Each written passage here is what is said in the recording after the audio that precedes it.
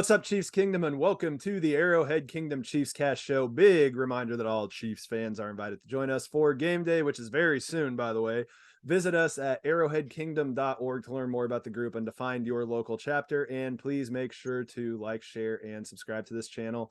That really helps us out. We are, of course, presented by Complete Weddings and Events, your leading provider of photo, video, DJ, photo booth, lighting, and day of coordination services. Visit them at completewedo.com. I want to welcome... we'll say Rivers Cuomo or Jack Black with the glasses on, and we got Bob Marley on the beach. Did you see there's a movie coming out about him? Bob Marley has a movie coming out? There's a Bob Marley movie coming out. So I'll start with this. Wow. I went and saw the newest Mission Impossible movie in the theater the other night. By the way, it's awesome. And they had a whole preview about a Bob Marley movie, which looks pretty good. Well, I'm gonna have to check that out. A little bit of reggae on my mind at this point. I like it. Well, anything to offset the current losses we've been taking with the music industry, with the nah, for real, Jimmy Buffett, and lead singer of Smash Mouth. Yeah, Smash Mouth guy. Yeah, the Smash Mouth guy was an unfortunate but not surprising situation. There were all kinds of talks about him kind of going downhill pretty quickly, and his cause of death lined up pretty quickly with that.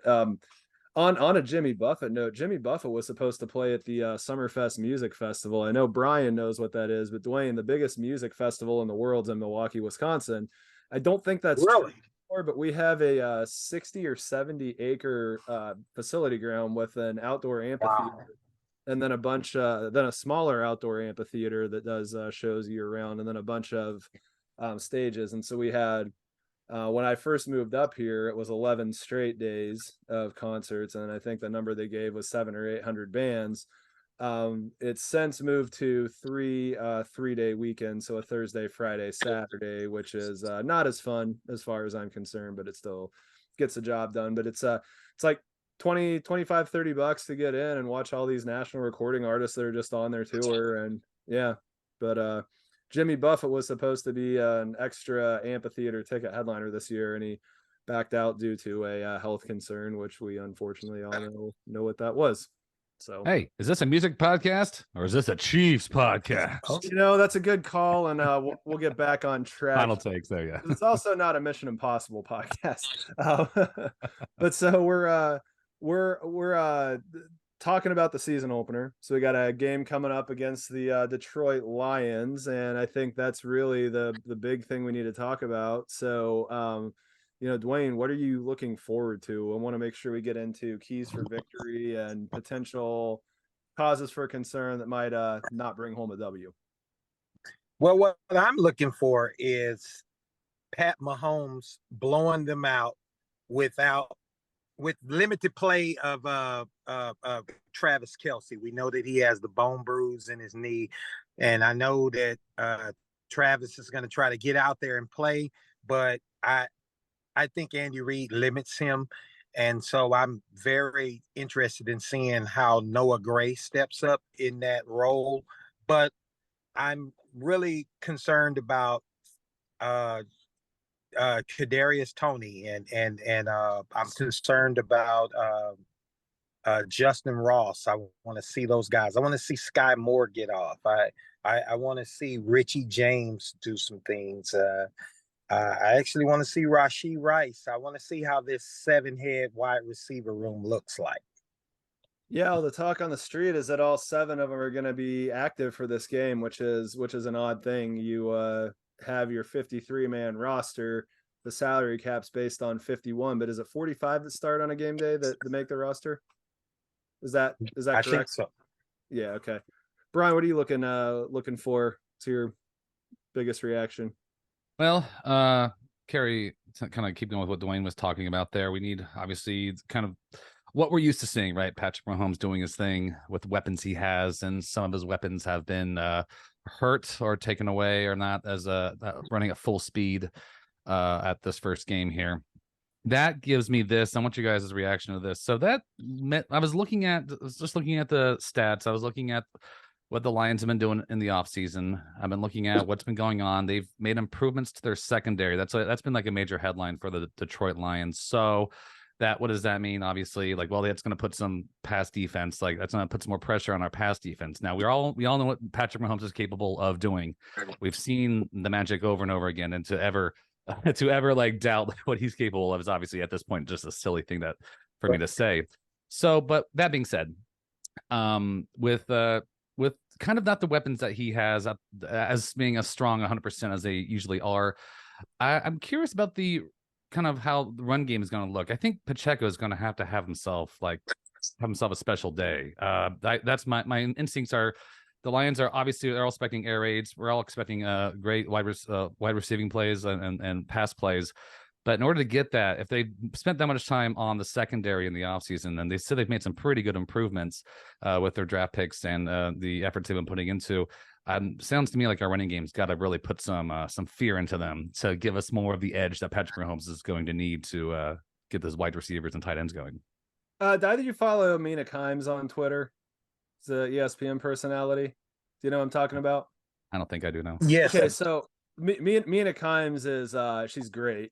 She was on the Dan Le Batard show when he was on there, so that's how I first started watching her. But she put a thing on Twitter, and it's got a clip of her saying, "I suggest the Chiefs should test Detroit's biggest weakness last year, sigh, and just run the ball." And she basically said, I'm handing in my nerd card. So that goes into what Brian's saying about Isaiah Pacheco needing to have a big day. All the talk with Detroit was that they did bolster their pass defense and yes, I mean, running the ball, there's going to have to be an establishment of the running game. If we watch the preseason, I think we talked about this after all three of them. There was a run Edwards-Helaire first for about every single drive. And then they did end up putting most of their points up in the pass. So Pacheco having a big day, just to kind of broach into the keys to victory, I definitely think is a first thing there. The other thing that I've seen a ton of social media posts about, and I think Mina Kimes got into this as well, but there's a bunch of, if Patrick Mahomes goes out and makes this work without Chris Jones and without Travis Kelce, we're gonna have to quit questioning the guy. I saw another one that said if he manages to go out and beat the Lions in week 1 at home, throw into his milkman and a bunch of different other people, we're gonna have to quit questioning him. And what I think is hilarious is the amount of players that were limited in the AFC Championship game last year when they went the 1-1 for the games that matter against Cincinnati. He didn't have his full slate of weapons, but we just keep moving the goalposts on him. And I feel like that was the same thing that we watched everybody do with Tom Brady when he was out, just going, berserk on the league and winning more than was supposed to be mathematically possible. Is just, if he does this, we'll have to quit asking questions. If he does that, we'll have to quit asking questions. I just don't think that we're going to see the end of questions being asked about Patrick Mahomes. And then, 5 years after he retires and goes into Canton on a first ballot, it'll be like, oh yeah, that was really impressive to watch. Maybe they're gonna forever question Patrick Mahomes, and I love it because it makes him it raises the bar for him, and he gets off on that. And that's part of the showtime aspect to his game.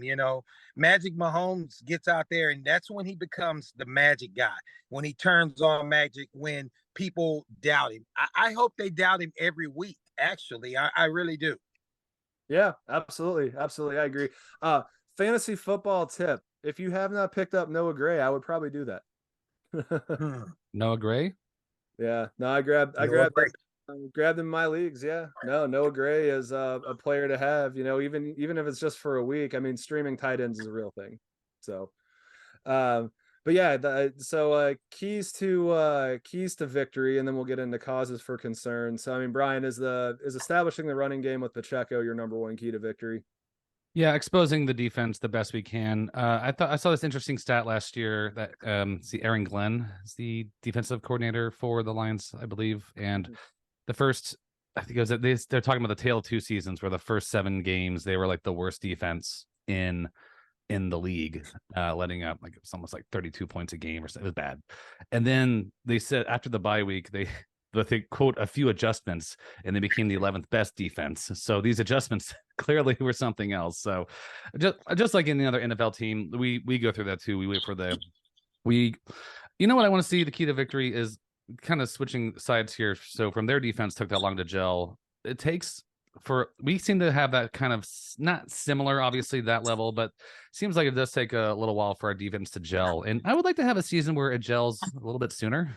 So maybe we'll see something special out of the defense. So, but yeah, keys to victory, obviously keep the points off the board and exposing their defense. But key to victory, yeah, I want to see obviously Chris Jones. Not that's going to be a major factor, and that really between the presence of his presence of talent and knowing people like. I wonder if you're the running back for the Detroit Lions, like, oh, I don't have to run into Chris Jones tomorrow. That's awesome. That's gotta be a nice feeling. Not have to worry about him. so well, yeah, that's going to help Jahmyr Gibbs, but that doesn't get him off the hook, because I'm interested in watching our D line without Chris Jones, because I want to see what Farrell does that we got from the Raiders.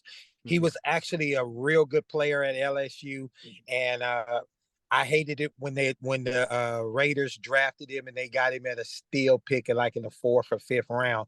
But guy has 4th round. Yeah, that guy has a motor, Josh. He can play, and I'm gonna forever be barking the praise of Keandre Corbin. Yep. He's a rookie coming out of Texas. But I'm willing to. I want to see what those guys do and how they hold their own, and if they can shut down Gibbs, because I don't think Gibbs is going to make it out of our linebacker core. I think Bolton and Gay and I can't even think of the other guys now. Drew Tranquil and Leo Chanel. Right. Tranquil, that's who I was thinking about. Tranquil is a dog. I think that if he does get past our D line, he's not getting past those guys. So I got a question. How long before Tranquil making a big rush stop that we call, or a stick on a player in the open field, that we start calling it a tranquilize or a tranquilizer or something like that? I feel like that should be a thing. If honestly, if he does it tomorrow, we can. I think we're gonna go with you, Josh, and we can start that. We can start that. So I'll clip that out. Drew tranquilize. All right. I guess you're working front office marketing work for the Chiefs there, Josh. You're getting the hashtags ready. All right, so Drew the tranquilizer. So I'm gonna kind of expand on what you guys are saying. I definitely think that you're both correct. We need to establish the run, and we need to stop the run. The third thing for me is we've got to get the defensive pressure on Jared Goff. I mean, the rub on Jared Goff is and always has been, and probably always will be, that the guy caves under pressure. Now, granted, that's an easier said than done type of situation. Not having Chris Jones up the middle is definitely a presence that we might be missing. Our young edge rushers need to definitely step up and get some pressure, and so while that's a key to victory, I also think that's my first, cause for concern is if we can't get pressure on Jared Goff and we can't do some run stuffing up the middle, that could potentially turn this into a shootout, which doesn't necessarily preclude us from winning the game. That's why I call this a cause for concern, right, as opposed to a potential losing formula. I mean, right. The last time that Mahomes and Goff played each other was the game that was supposed to be in Mexico City, that they played in the LA Coliseum or the Rose Bowl. I think it was a Rose Bowl, actually. And that one ended 54-51. And I mean, I can't even count on my fingers the number of people I saw in just social media circles and on the streets within the next week talking about how that was the most entertaining NFL game they had seen in, their entire lives in some instances. So we could be headed for a shootout depending on, what our defense decides to do, because I have zeroed out in my mind that Mahomes is going to put up some stats. Brian, any concerns that you would bring up aside from, lack of defensive pressure up front? You reminded me of that comedian Bill Burr, where he was like, Bill Burr. Yeah, he was talking about like, he's a football fan, but he's a football fan who loves like defensive showings. He's like, I don't want to see a high scoring football game. I want to see 7-3. Like he wants to see that kind of game. But Yeah, I mean, I'm listening to him rant about that. I'm like, all right, I guess if you want to watch football like that, but something about like how can you not get excited about like the shootout that was that Monday Night Football game in was it LA or whatever? It was that was wild. However, That yeah, this was was like wild. it was completely it was it was fun, but also it's like, where's our defense at? Well, where's their deal? Let's just keep doing this. Let's keep throwing it. But it was fun though. So like that being said, yeah, we need to the gosh, I'm sorry, Joe. What was your question? It was like keys to the victory again, or causes for concern. Is that what it was? This is a cause for concern, potential cause for concern. Okay. I brought up defensive pressure up front, and you went Bill Burr, which is on brand for how this has been going so far. Hey, but that was a great Bill Burr take though. Yeah, right. Yeah, yeah. We can do pop To culture stuff here. segue into the defense that you're talking about. Yeah. Exactly. Well, Josh, we talked about defense there. I do one thing I do enjoy about watching elite players perform at this level, especially if you have if you have rookies in the league, or if you have newer players potentially playing for spots, is I obviously can't get into the mindset of an elite player, but I do know like when it's like I do remember with my limited teenage experience playing any sport is, oh, it's my turn it's my chance to step up and do something. I have a chance to like, oh, I gotta make something of this. I gotta go. I have to like show them what I got, kind of thing, right? And if you're Right. like, so it's fun to see like, okay, well, if Chris Jones is out, we're going to be shifting it around a little bit. Who's got what? Who's doing? Let's see it. Is something special going to happen? Are we going to meet someone going to step up and do something very interesting? That's going to be like, remember the first time like when Patrick Mahomes took the field? I remember those first few weeks. We're like, whoa, what is this? This is wild. And then it became Mahomes like mayhem, right? And then here we are now. We're just talking about like now we have all these amazing memories and these amazing feats of like football strength that now we've grown accustomed to it, right? Whereas now we have who's going to step up and perhaps be that very special level of Chris Jones level player, or perhaps obviously we want Chris Jones to be there because he's tried and true and he's really put the production that we've gotten used to, and we love him very much. so we like to see him there. So causes for concern. What you say, Brian? We love him very much, huh? Yes, we love him very much. So we wish him all the best no matter what. Yeah. But cause for concern though, it's probably, yeah, what are we going to do? It is kind of swinging back to offense. We know everyone knows what's going to be happening with the passing. Then we know it's going to be that's what our bread and butter is. So, what's the other offensive weapons? What are we going to be doing with that? So back to running game, like cause for concern. I know we have the talent. We know we've been to some high pressure situations and big games. Then we've had players who've been in these high pressure situations and big games, so they know what they're doing. They know what needs to happen. So, but I'll be concerned. I'll be interested to see what we do on the ground.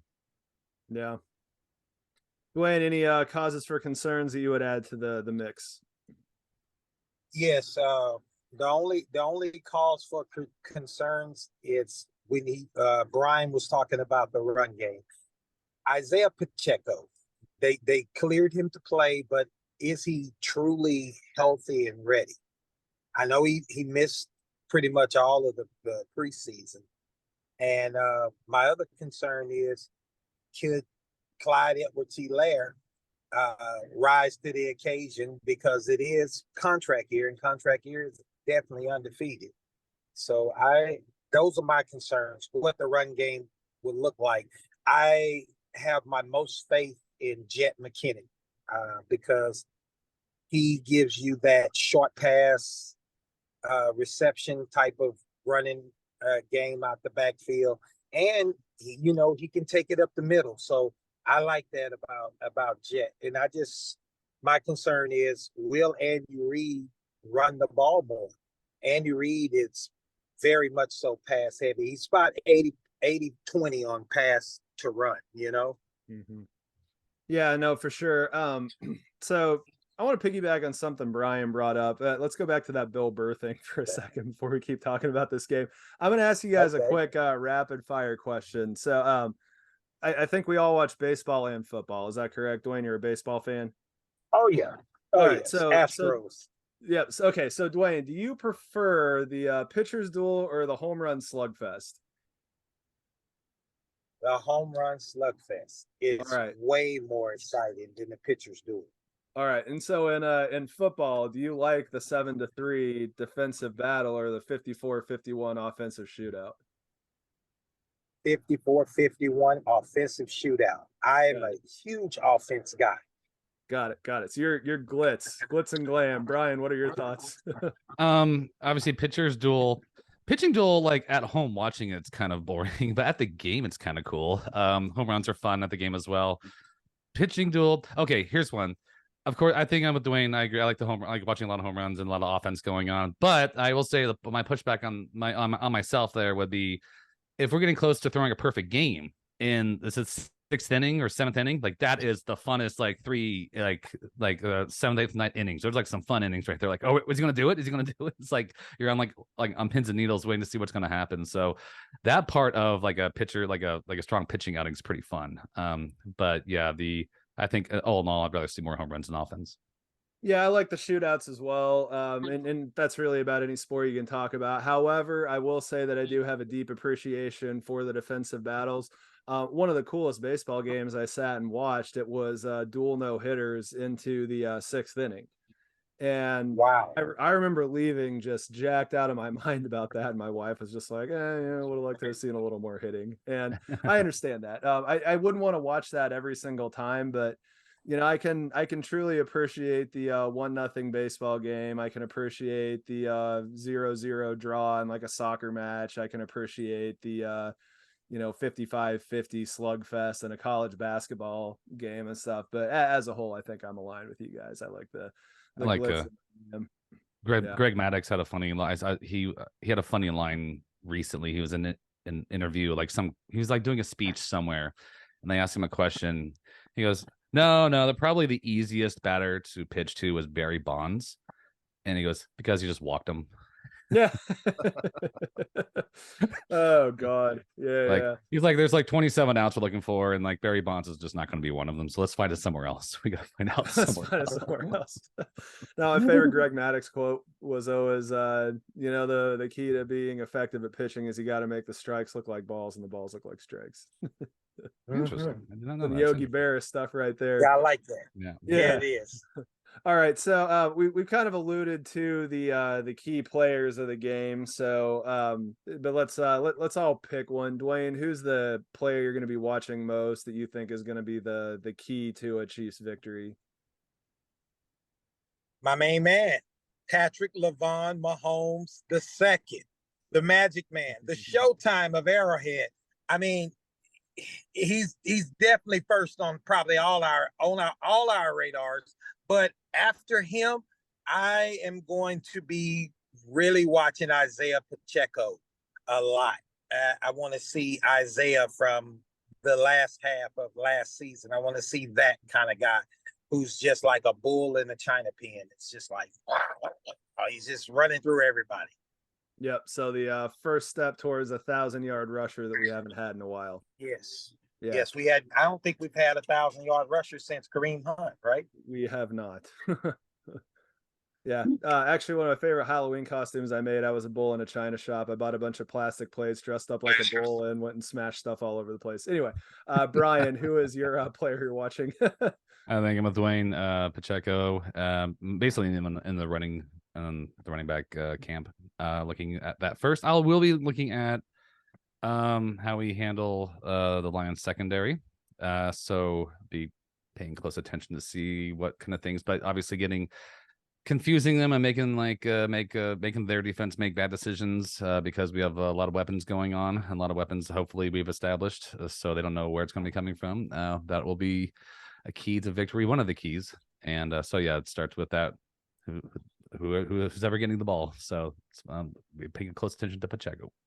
Yep, I agree with both of you. The one that I'm going to throw in is the fantasy pickup of the week that I brought up earlier, Noah Gray. There's been talk all through camp that he's primed for a breakout year, and to go on to Brian's thing is the backup guy that gets a spot to shine in a big game. I mean, I don't know that there's a better opportunity for anybody on that team than for Noah Gray to potentially come in and spell Travis Kelce and potentially even play minutes that he couldn't play in front of the Arrowhead crowd after a Super Bowl banner has been unveiled. I don't know that there's a bigger moment. But I also, want to give an honorable mention. We'll find out what Clyde Edwards-Helaire is going to be about this year as well, I think, on Thursday as well. Has a question too. This is not a Chiefs question. This is a Jonathan Taylor question. Yeah. What is up with that guy? Okay. He was my running back. He was my main running back last year. Didn't do anything. He was my running back the year before that. Was like a dog. Amazing. He was my guy. He was like #1 draft pick my last year, and nothing happened. I'm like, what's going on with this guy? What happened around here? So, and then they have a lot of drama going on right now, and so I'm like, what's up? Does someone know anything about Jonathan Taylor that I don't know about? Like, what's up with this guy? No, I mean, I think the answer is pretty simple. He had an all-world season two years ago, and it reminded me of who was the guy that played for the Cardinals that won everybody their fantasy league one year? It was David Johnson, right? Yeah. David Johnson. Yeah, David Johnson. And I mean, you never really heard from him again. I think Jonathan Taylor's a better back, wall to wall than David Johnson was. Johnson was a little bit of a flash in the pan type of season. Taylor was a solid running back in the Big Ten in college. I mean, he was coming out, and at the time when the Chiefs were deciding to pick Clyde Edwards-Helaire, the most second guess backseat driving thing that I can remember in the last few years from a draft standpoint was the choice to take Clyde over Taylor. And in 2020 rear view vision, it looks like a totally wrong decision for one season. But Taylor was hurt most of last year was the big thing there, which, after the kind of workload he got in that elite season, sometimes those things happen. But remember in the off season when all the running backs got together and had that Zoom meeting to talk about trying to drive contracts up? I mean, the two guys that I took as the leaders of that situation, whether this is actually true or not, but the ones that had the most to benefit were Austin Eckler and Jonathan Taylor. Christian McCaffrey, I don't think you can put him there because he got a massive contract. He basically got the contract that Le'Veon Bell was looking for and went out and got hurt the year that he got it, which basically validated every owner and GM not wanting to give those deals out. And so, Taylor's presence was there. And then Jim Irsay is the enigmatic, owner of the Colts, and took exception to the fact that meeting happened in the first place, and just managed to make a couple of unfortunate for, his situation and his team not having distraction situation about that. And, effectively said he was siding with all the owners. Like, we needed that announced. It was like the most useless press conference you could possibly have. Jim, we all know what your stance is on this. You don't want to pay any more than you have to. we got it. But I just I thought that he left some, I guess, potential knowledge on the table by not saying what we keep saying anytime the Chris Jones contract comes up. It is a hard cap. It's a hard cap. And every dollar that we put at a love it, like it, hate it, whatever you want, replaceable position. It's unfortunate, but it's also true at this point. That's what it is. So that's what's going on with Jonathan Taylor, and they couldn't figure anything out. And I had the nagging injury, or it's why he didn't practice, at least in the off season. So he wasn't getting fined for not being there like, Chris Jones was. Right. But by not getting anything resolved in what's really probably an uglier situation than this Chris Jones one that we have, by not getting anything resolved, they put him on the PUP list, and then he had to enter the season on the IR. And part of being on the injured list is you cannot play the first 4 games. Mm-hmm. So idiots like me who picked him with a high fantasy draft pick are going to be that was me. Yeah, but it's a weekly game, and I have faith that I can, weather through that situation. But I mean, that's going on. Dwayne, tell me if you see anything different. If I see what now? If you see anything different in that situation. Yeah, I kind of opened up a Jonathan Taylor discussion. I didn't mean to do that. I was with Jonathan Taylor, it's fine. I think it's definitely something that we don't know inside of the organization between him and Jim Irsay. I don't know. It seems very bipolar, doesn't it? It just seems like Irsay, no, we're going to keep him. We're going to pay him. No, we're not. Go find a trade. Come back. He reminds me of the guy on Spider-Man, Peter Parker's boss. That's who Jim Irsay is in this situation. And I think he's just frustrating. I think he's frustrating the hell out of Jonathan Taylor.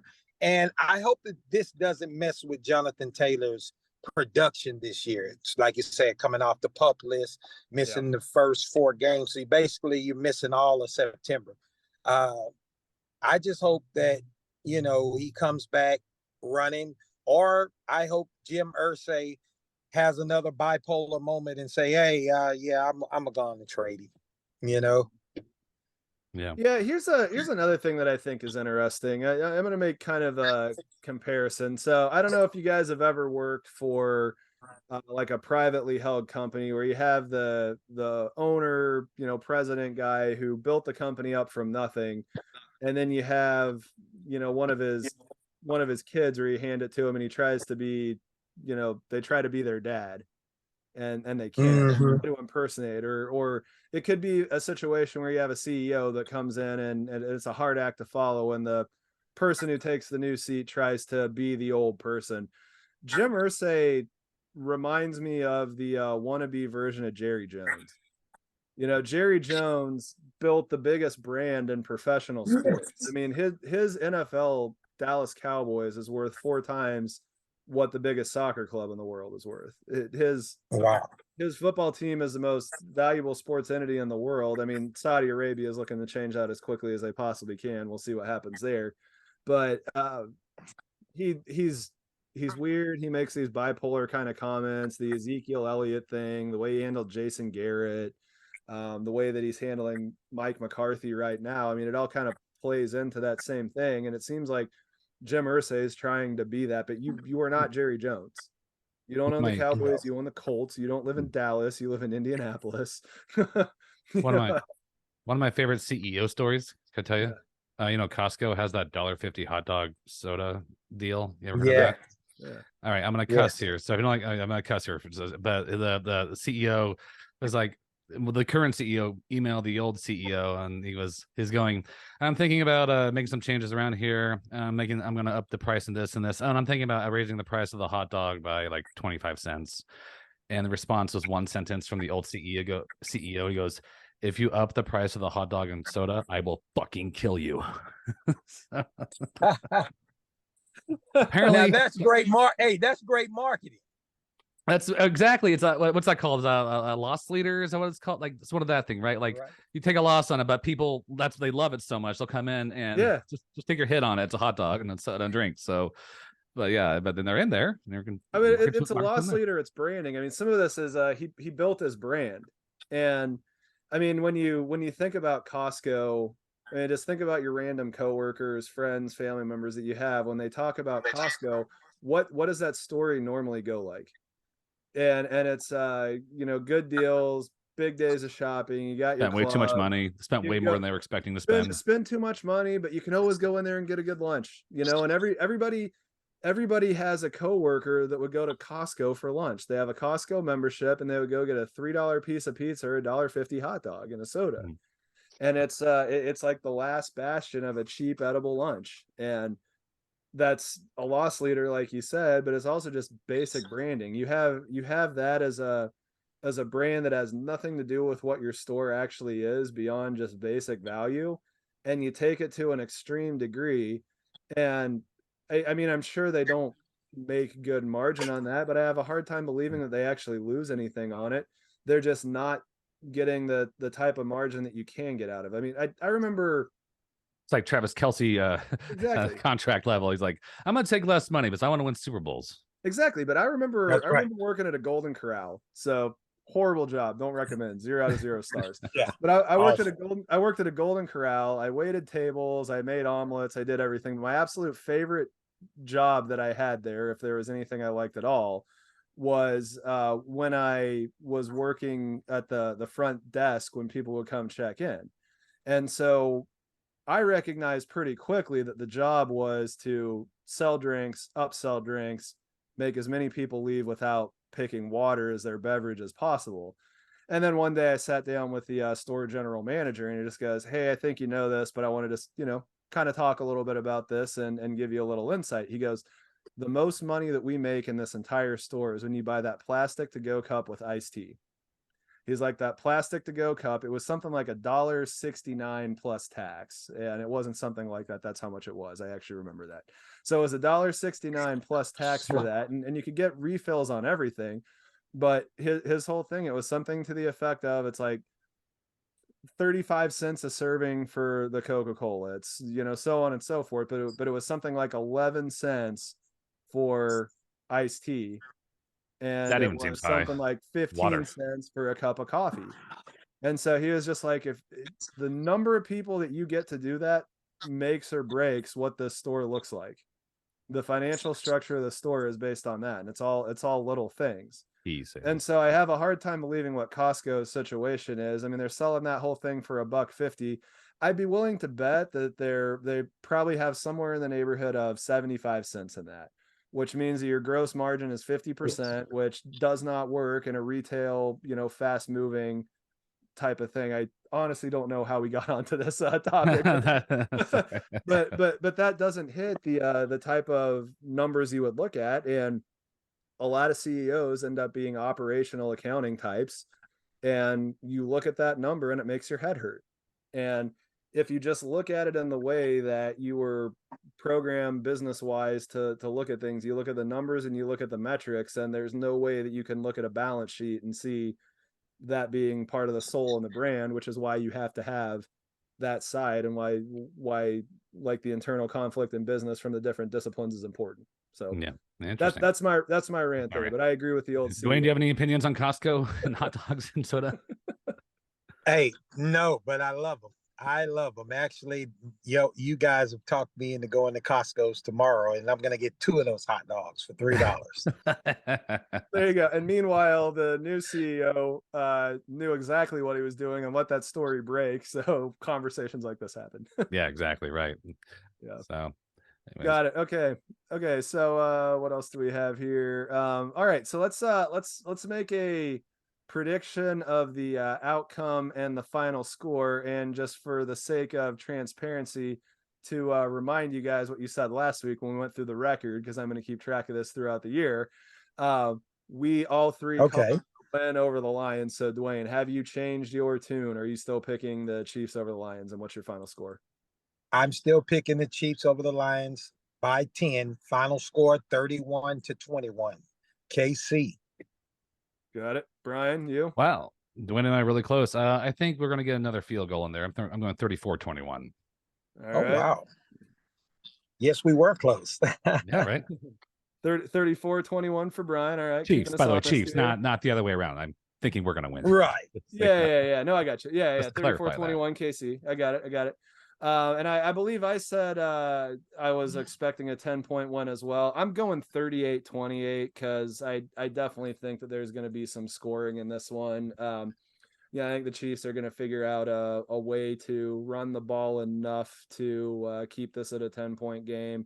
And I also think the defense is going to get to Jared Goff enough to keep him a little bit on his toes. And Dan Campbell went ahead and helped his team out by saying, "Oh yeah, our goal is to quiet the Arrowhead crowd." Why would you do that?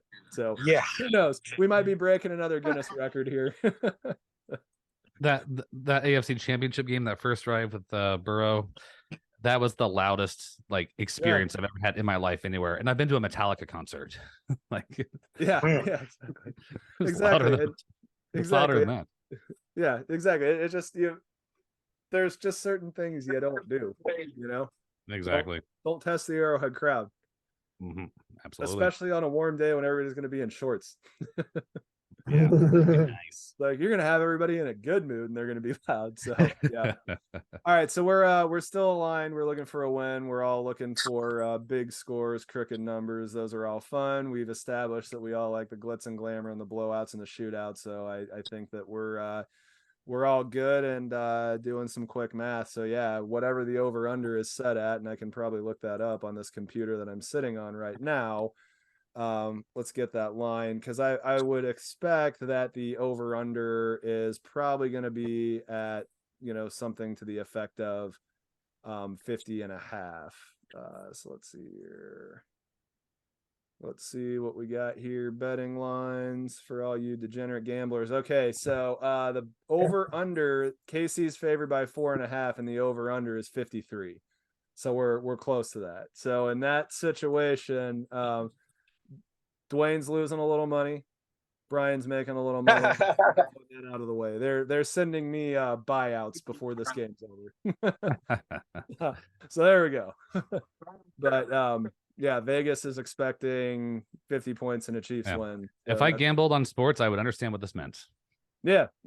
So the over under is combined scores from the two. Maybe someday I'll get into it. I should get into that's maybe that's a new hobby I should get into. Gambling.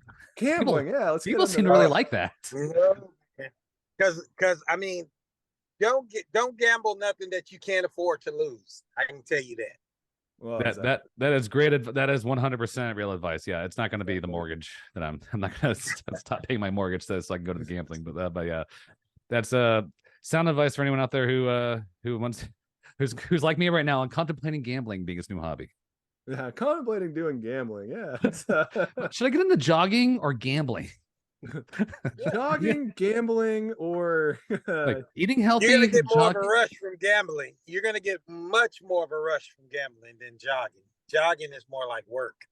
Yeah, no, I like the idea of like listing off a bunch of healthy things and then the last thing just being gambling, like eating healthy, working out properly, something that's like a good, well-adjusted thing, and then like degenerate gambling. I've been thinking about making sure that I drink a gallon of water a day, getting 8 hours of sleep, gambling, jogging. These are the options.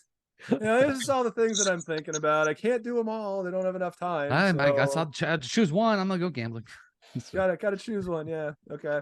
So the last thing I have on the list before the final takes, I sincerely hope this is the last conversation that we have to have about this before it's resolved. I still hope we have a good resolution. Chris Jones was in Kansas City. He was working with the Ronald McDonald House. He was handing out Big Macs, and he made a handful of comments. He said he was just trying to get a raise. He wasn't trying to be a distraction. He also made a comment that he was ready to play tomorrow if it happens. So his agents appeared to be in town as well. So I guess, Dwayne, what's your final prediction of where you think this is going to go? My heart says he will be a Chief after tomorrow's game, that the deal will get done. But my brain is telling me that this might be a trade. This might be a Monday morning trade that's going to catch us all by surprise. Yeah. Ryan. How interesting a world the professional athletes, like the situation where very simply, very common thing we all can relate to is I just want to raise. It's like, but it's very public. It's in the middle of it's in the middle. It's like in the middle of it's public, and we have something like emotional, like people are emotionally attached to it. Like we're all attached to it. It's like, but it's one of those things. No hard feelings. Get your money. Get paid, because you can all be gone. Like, how this game is. It's very violent. It's very rough. So get as much as you can while you can. So hopefully he resolves really soon, and I want to see him in the uniform, in the Chiefs uniform, as soon as possible. Yeah. So I mean, the real question is, when we record, recapping this next game and previewing week 2 against Jacksonville, obviously we're going to talk about this again, but it's either going to be recapping a trade and what we think we got out of it, whether it was value and the fit that he has with his new team, or we're going to be going like, oh, well, yeah, I guess this finally worked itself out. I'm with Dwayne. My heart says get this signed tomorrow morning, let him play 5 snaps and run out of the tunnel, and maybe they're working on it right now and they're waiting to break the news until 7:00 in the morning, and we're all just going to be sitting here going like, oh, all that much ado about nothing. But my head says that this is either going to be a month long or a 2-month-long holdout, or a trade sooner. And a lot of it just comes down to who blinks first. And there is a world where Veach blinking first is pulling the trade and just saying like, you're kind of out on this one. But you're exactly right, Josh. his Chris Jones commentary, like the video that came out when the reporters asked him after this McDonald's thing, I definitely agree with all the takes that say this was planned months in advance. The holdout had nothing to do with it. He's sponsored by McDonald's, which is why he's in commercials and doing all the stuff. And this is something was a that contract a long time ago. That was going to happen. Yeah. And, I genuinely believe that Jones just wanted a raise. I genuinely believe that he I deserves a genuinely raise. believe that too. I believed everything that he said, and that he doesn't want to be the highest paid, but he wants to be the second highest paid. I believe all of that, but I also believe that somewhere along the line, his agent sat there and said, "No, no, no, you're the best. No, no, no, you're the best. Hold out, hold out, hold out, hold out." And then where I also think happened, and I mean, Dwayne, tell me if I'm crazy for saying that this kind of stuff happens. The NFL Players Association is in his ear saying, you have to go out and get the highest contract. You have to go out and get 30 million. You have to do that. You're not crazy, because that's setting the market for everybody else. Yeah. Look at the contract that Nick Bosa got with San Francisco today. Yeah. So yes, that is very true, right? And you're not crazy for thinking that, Josh. That really goes on. Yeah, exactly. And I mean, the thing that we have to remember, Jones has a contract and needs to honor his contract. The guaranteed money is the actual contract. I mean, I remember listening to the Mike and Mike show when they were still together a number of years back, and Mike Golick would talk about how he sat in locker rooms in Philly, and there would be situations where team player personnel would walk into a guy and say, "Hey, here's your new contract," and it would be a pay cut in the middle of the season, so they could sign a player for an injury. And if the player would, make any kind of comment at all, they would be like, "Okay, it's either that or we're cutting you right now and releasing you and get nothing." And so, if the NFL is going to be ruthless like that, which, I don't think anybody's going to argue that that's a truth, especially with somebody like Mike Golick saying it. And I don't recall him getting sued or settling out of court with the NFL for anything. Not at all. Which means that it's not slander nor libel. I don't think it's unfair for a player like Chris Jones to say, like I mentioned before, Patrick Mahomes and Travis Kelce walk into whatever TV booth and a 10 million plus a year, annual payday for whatever they're doing as soon as football ends. I don't think Chris Jones has that. No, he doesn't. So this is his option to, do his thing. And, we love him very much. And pretty much retire on, because he's 29 years old. Yeah. And so usually a defensive tackle like that, it's probably over with at 32, 33. So he's just trying to get a big contract to retire on. Yeah, exactly. And again, he's not wrong. But Brett Veach isn't wrong for saying I have a hard cap and the number you're asking for doesn't fit into what I'm doing. And the second that I budge on you, it opens the door for every other, agent that's similar to the one that you have. And it's the step in the direction that the players union wants. And, again, this is kind of going back to that Costco thing about the different functions in business. Battles like this are important. Yes, it is. Battles like this are important within organizations. Yeah. So, all right. Final takes, Dwayne, what you got? Final takes. Tomorrow, I'm just excited. I'm elated to see the Chiefs go out there and whoop up on the Lions, tame that kitty cat, and, do it right there in Arrowhead. And I'm hoping that this is not our first season opener loss, because we're such a hated team. We're the new New England Patriots now, and everyone wants to see us lose. And I just don't think it's going to happen. So in my final take, I hope there's no injuries. I hope that everything goes well. And I'm excited for week one to be just as exciting as college football was last weekend, which was very incredible, between the Colorado Buffaloes and TCU Horned Frogs, and Texas beating up on Rice, and Florida State crushing LSU. I hope we have a weekend like that. So that's my final take. Yeah. All right, Brian, what are you thinking? Duke over Clemson. How about that, huh? That was Oh, wild. God. Oh yeah, Duke over Clemson was wild. I forgot 20 about that. And they said, like, I didn't watch it. I was watching the highlights, but like, yeah, the 7 points that the Clemson got was just like, it was kind of lucky too. They could have been, it very easily could have been a shutout. So yeah, I was, anyways, yeah, college football. We got football. That's what my final take is. We're back, baby. We are We're back. back. We are back. We are And back. it's gonna be fun. The weather is good. I mean, you're down Houston, right, Dwayne? You're down there. Yeah. Right Oh there in yeah. Texas. Houston is horrible. It's like 106 still. But this is our last week of summer, so we have Indian summers. Our falls are like high of 93, low of 82. So, but that feels much better than 105. Yeah, totally. Yeah, exactly. Yeah, and that's what I'm looking forward to up here in Kansas. The temperatures are coming down. The football. Oh my gosh, the when downtown KU played KU. Gosh, they had their first opening game. Missouri State.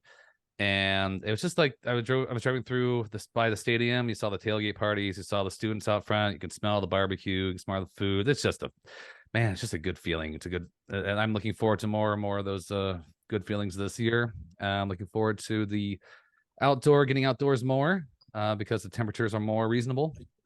And looking forward to a lot of fun games. This is going to be, I think, college football is going to be fun to watch. We got Deion Sanders and the Colorado Puffs over there with his son, is it Shadur? Am I saying that right? Shadur? Yeah, Shadur. Yeah, Shadur Wow. Sanders. 510 yards. He's excited, but he's not the best player on the team. The best player is Travis Hunter. Yeah, right. That's my early pick for the Heisman this year, by the way. Yeah. Okay, there you go. All right. Oh my gosh, yeah, that's gonna be fun. We'll check back in to see how that plays out for sure. And I guess my final thing is we're back, baby. Football time. Yeah, the electricity around a KU football game is a weird thing to hear. But I'm here for it too. Okay, so you guys are both in on Coach Prime and what he's doing in Colorado, right? Yeah. Right. Okay, so do they curb stomp Nebraska this weekend, or do they curb stomp Nebraska this weekend? I think they're going to beat Nebraska. I really do. I don't think Nebraska has any answers for them. Well, any answers more than putting up 10 against Minnesota? I predict a one possession loss. Hey, that's pretty good. One possession loss. That's their thing, right? That's like they have so many. I don't know if they have set a record for one possession losses the last 5 years or something. I don't know. I just like they keep on happening. It has to be just the most demoralizing feeling for them. Yeah. No, I mean we're watching an end of an era in real time. It's wild. Yeah, it is wild. All right, so my volleyball final school now. Yeah. No, my final take. I just really feel for Alex Smith. I feel like the guy just keeps having all this bad luck hurled his way. Reports about his 7-year-old daughter Sloan having the brain cancer, and it's just horrible. And I feel for him. Always loved Alex Smith when he played for the Chiefs. Me too. Yeah, I mean, I was huge into Alex Smith. I've said this before. I believe that Alex Smith deserves a spot in the Ring of Honor for taking us out of what that 2012 situation was, and Patrick Mahomes what he is. And that's right. I also believe that he was the third best quarterback that we've ever had.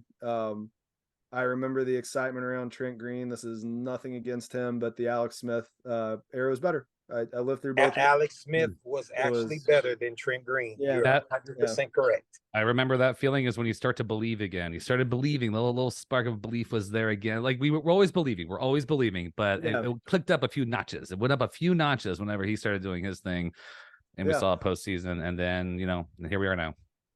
Yeah, so I mean, my Chiefs watch party, last story I'll throw out.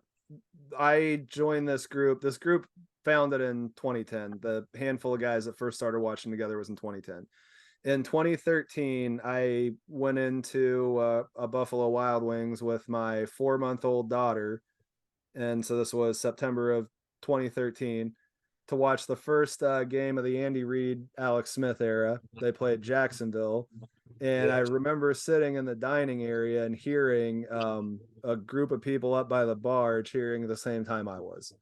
And so I took my now 10-year-old to meet all these people. She officially became Rally Baby, and our group started getting bigger and bigger. But I remember somewhere around the I'm trying to remember what playoff loss it was. It might have been the Tennessee one, but I distinctly remember, sending out an end of season message to everybody or putting it on the Facebook page. I don't remember what it was, but I remember sending a note out saying, I've had so much fun getting to know this group, and this group of people, we will watch a Super Bowl win together. And I wholly believe that, thinking that Alex Smith might be on the end of one of those, not knowing that, we had this otherworldly force coming to play quarterback for us. But yeah, love Alex Smith. Between his leg injury and this whole thing with his daughter, and it's horrible. And too many bad things are happening to a good family, and it needs to stop. And I'm thinking about him. So pray for the best. Hope for the best. Yep. Wishing good vibes. All right. And until next time, go Chiefs.